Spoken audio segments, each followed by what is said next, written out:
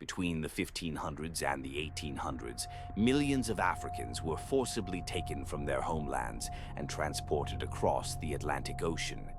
This was the Transatlantic Slave Trade, one of the darkest chapters in human history. The trade formed part of the so-called triangular trade. Ships left Europe carrying guns, cloth, and manufactured goods. These were traded in Africa for enslaved men, women, and children.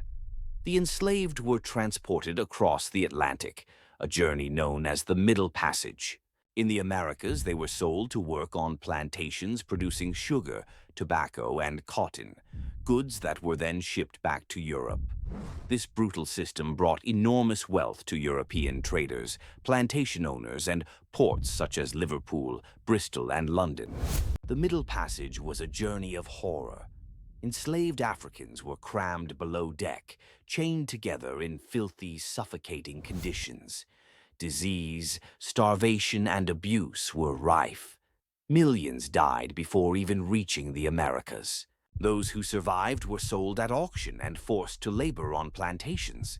Life was harsh and cruel, long hours under the sun, brutal punishments, and families torn apart.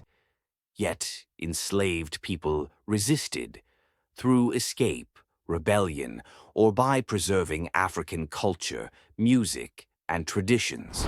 By the late 18th century, voices grew louder against the trade. Former enslaved people like Olaudah Equiano published powerful accounts of their suffering. Campaigners such as William Wilberforce and groups like the Quakers demanded an end to the trade.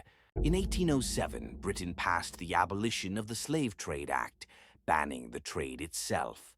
But slavery continued in British colonies until 1833, when the Slavery Abolition Act finally freed enslaved people across the empire. The transatlantic slave trade left lasting scars. Millions of Africans lost their lives, families, and freedom. Africa suffered depopulation and disruption. Meanwhile, Britain and other European nations grew rich from the suffering of others. Its legacy of racism and inequality can still be felt today.